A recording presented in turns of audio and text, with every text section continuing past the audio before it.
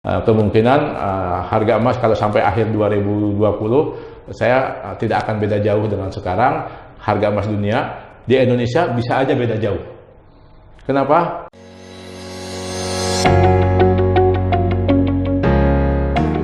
Terus Pak, kita tuh idealnya berapa lama sih Pak berinvestasi emas ini? Investasi emas kalau menurut pengalaman sih mestinya lebih dari 1 tahun ya. Kenapa? Karena setelah 1 tahun paling tidak biasanya kenaikan harganya melebihi nilai inflasi. Nah kan kadang-kadang kita dapat kalau obligasi deposito 8%, tapi ternyata inflasinya juga 7%. Artinya kita cuma dapat 1%. Nah, jadi emas juga supaya kita mendapatkan hasil yang lebih baik.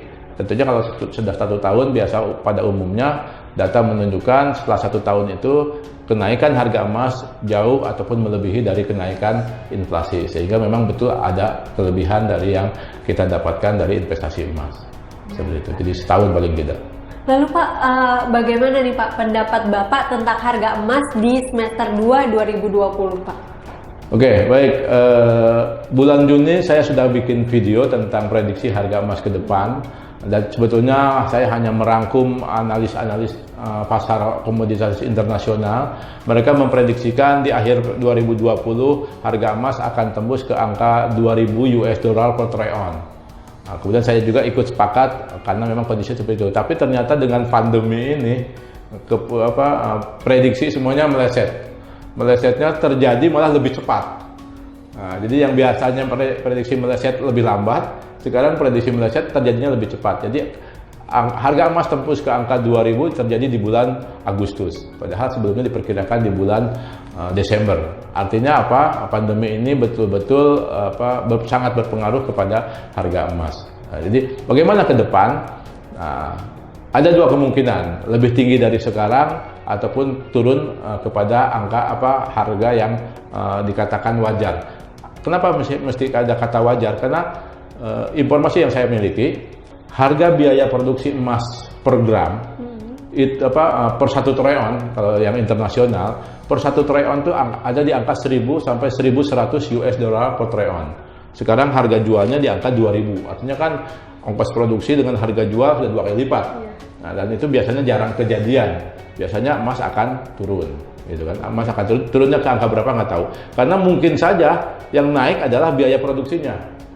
Kenapa? Karena nanti faktor-faktor biaya produksi seperti energinya, tenaga kerjanya, ataupun bahan-bahan lain harganya naik. Nah, ketika harganya naik, maka kemudian harga emas yang 2.000 ini menjadi wajar ketika kemudian ongkos produksinya misalkan naik menjadi 1.500 ataupun 1.800. Nah, tinggal nanti mana yang duluan kejadiannya. Jadi memang kemungkinan harga emas kalau sampai akhir 2020 saya tidak akan beda jauh dengan sekarang. Harga emas dunia di Indonesia bisa aja beda jauh. Kenapa? Karena nanti kuartal ketiga akan diumumkan Indonesia dalam resesi apa enggak setelah September. Nah, ketika dalam resesi akan ada kemungkinan ada adjustment di nilai tukar. Artinya akan bisa jadi rupiah semakin melemah ataupun dolar akhirnya semakin mahal. Nah, ketika kejadian itu maka akan mendongkrak harga emas.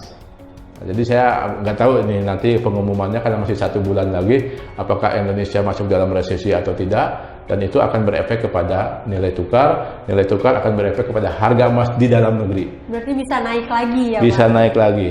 Gitu. Meskipun harga emas di luar misalkan tetap.